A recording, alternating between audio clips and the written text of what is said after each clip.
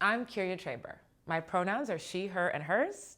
I'm a playwright, actor, and culture worker, and a co-host of First Person. Today, I'm going to talk about James Baldwin. The writer and social critic James Baldwin is known today as one of the most influential Americans of the 20th century. He was awarded for his writing nationally and internationally during his lifetime and received many more honors after his death. He was even featured on his own stamp by the United States Postal Service in 2005. So how did James, a kid from Harlem, known to his friends as Jimmy, become the James Baldwin? You've got to somehow begin, he said in a conversation with writer Giovanni in 1971. And try to become yourself. You know, it's hard for anybody, but it's very hard if you're born black in a white society. Hard because you've got to divorce yourself from the standards of that society. Baldwin was born black in a white society and gay in a straight society at a time when same-gender relationships were literally against the law. He stood firm in his advocacy for his own rights and the rights of all oppressed people. More than anything, he believed that it was necessary for us, all Americans, to acknowledge our history and its foundations in inequality. American history is longer, larger, more various, more beautiful, and more terrible than anything anyone has ever said about it. Baldwin's own history is rooted in this truth. Born in Harlem, New York, August 1924, his mother, Emma, and stepfather, whom he called his father, David Baldwin, were a part of a large wave of black Americans moving from the rural South to northern cities in the 20th century. Well, this movement was known as the Great Migration. Starting around 1916, many black Americans fled the South to escape Jim Crow, a system of legal segregation and social practices, including violence, designed to maintain white superiority over black people. Baldwin was often asked to comment on racial attitudes in America. In one television interview, he said, "I don't know what white people feel in this country, but I can only conclude what they feel from the state of their institutions." Baldwin's parents hoped to find a better life and greater opportunities in New York, but conditions in Harlem were, well, Jimmy said it best. Harlem, physically at least, has changed very little in my parents' lifetime or in mine. Now, as then, the buildings are old and in desperate need of repair. The streets are crowded and dirty. There are too many human beings per square block. All of Harlem is pervaded by a sense of congestion, rather like the insistent, maddening, claustrophobic pounding in the skull that comes from trying to breathe in a very small room with all the windows shut. He really had a way with words. Whether writing or speaking, Baldwin used imagery and persuasive language to get to the heart of an issue and demand an audience consider his perspectives. This was a skill he started to develop from a very early age. As a child, he used reading to escape from the world around him, and he was encouraged by his teachers to write. At the age of 12, he became the editor of his middle school newspaper, and a local church newspaper published one of his short stories. Still, as a poor black kid growing up in Harlem, a career as a writer wasn't something he imagined was possible. By the age of 14, he felt pulled in two opposing directions. He could follow the hustlers and drug dealers that he passed daily on his way to and from school, or he could join the church, where, at least for a while, he felt safe. As a child preacher, Baldwin drew huge crowds of all ages to Fireside Pentecostal Assembly. He later claimed that he never wrote a sermon ahead of time. He'd apparently memorized the Bible and improvised his speeches in the moment.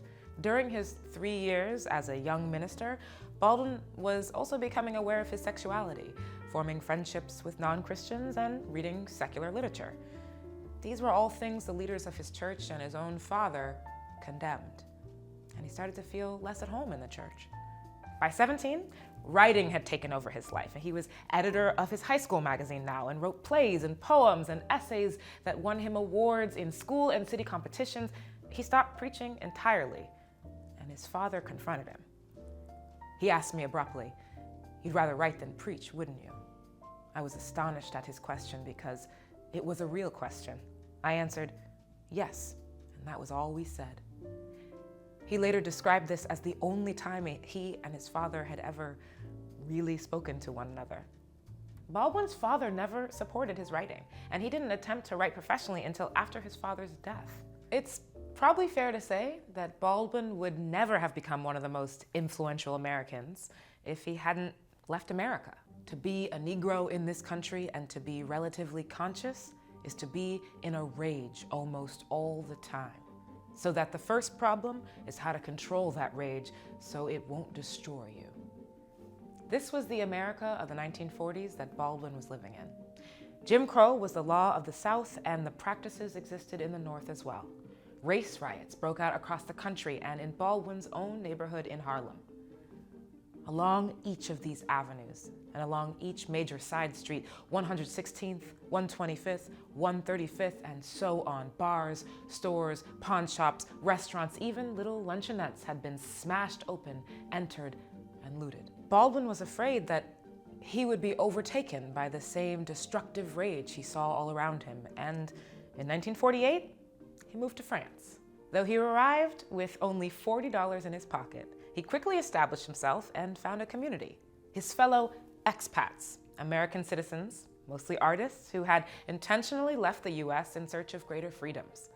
He was close with painter Beauford Delaney, composer Howard Swanson, dancer Bernard Hassel, writer Ernest Charles Nemo, and the poet Maya Angelou, whom he'd met in Paris while she was performing in the Broadway tour of the play Porgy and Bess. These young artists were known to spend hours at cafes and bars along the Boulevard Saint-Germain discussing literature and politics, and sometimes just dancing into the morning. Outside of the US, Baldwin felt free from the rigid standards American racism imposed on Black people. He was able to explore many parts of his identity, being male and gay, being a writer, a son, an uncle, Black and American. He was all these things, separately and at once, and his writing started to reflect these intersections and complexities. I had decided to allow no room in the universe for something which shamed and frightened me. I succeeded very well by not looking at the universe, by not looking at myself, by remaining, in effect, in constant motion. This passage from Giovanni's room is an example of one of the many award-winning works he wrote while in France. He later said that his time abroad helped him better understand his calling as a writer. When you're writing, you're trying to find out something which you don't know. The whole language of writing for me is finding out what you don't want to know, what you don't want to find out, but something forces you anyway. Along with his fiction, he continued to write essays about race and identity in America, and he never stopped pushing for his country to face its challenges directly. I love America more than any other country in the world, and exactly for this reason, I insist on the right to criticize her perpetually. It was this love of his country and the desire to see it change that ultimately brought him home. In 1957, he saw on the front page of a newspaper in Paris a photograph of a 15-year-old Dorothy Counts, the first Black student to integrate a white school in Charlotte, North Carolina. Integration was still widely unpopular across the country, and a mob formed around her and spat on her as she was making her way to school. In her face, he saw unutterable pride, tension, and anguish, and he felt ashamed that he was observing this image from another country, while she, a child, had to face this abuse alone. The life of this country is in our hands. It is not a Negro problem or a civil rights problem. What it is, for all Americans now, and I mean this literally from the bottom of my soul, it is now a matter of life or death. It is up to us. Back in the United States, Baldwin publicly supported many civil rights organizations, though he would describe himself as a witness and not an activist or organizer. He formed close relationships with some of the most influential leaders of the movement. Medgar Evers of the NAACP in Mississippi, Malcolm X of the Nation of Islam, and Dr. Martin Luther King Jr. of the Southern Nonviolent Christian Coalition. He knew that their work, the day-to-day tasks of leading organizations, were very different from his role as a writer and general public figure. Different, but equally important. My responsibility as a witness was to move as largely and as freely as possible, to write the story and to get it out. Baldwin's life and work was strongly influenced by the friendships he held with his contemporaries in the Black arts and civil rights movements. Luminary figures like Lorraine Hansberry, Nina Simone, Audre Lorde, Nikki Giovanni, Maya Angelou, Richard Wright, to name just a few. Through these relationships, sometimes friendly and sometimes confrontational, they supported each other in their work and their lives. The writer, Lorraine Hansberry, also Black and queer, was one of his closest friends, and he wrote about their relationship. We had that respect for each other, which perhaps is only felt by people on the same side of the barricades, listening to the accumulating thunder of the hooves of horses and the heads of tanks. The James Baldwin that we remember today was a part of a rich community of artists, scholars, and activists who were deeply committed to challenging America so that it might someday become a true society of equals. Their legacy, and Baldwin's language in particular, carries through to today. The former president, Barack Obama, often quotes Baldwin in his speeches, including his 2015 speech on the anniversary of Bloody Sunday in Selma, in which, like Baldwin, he called for all Americans to acknowledge the influence of our history. For me, a Black queer artist, discovering Baldwin's writing was life-changing. The first book of his I read was Another Country.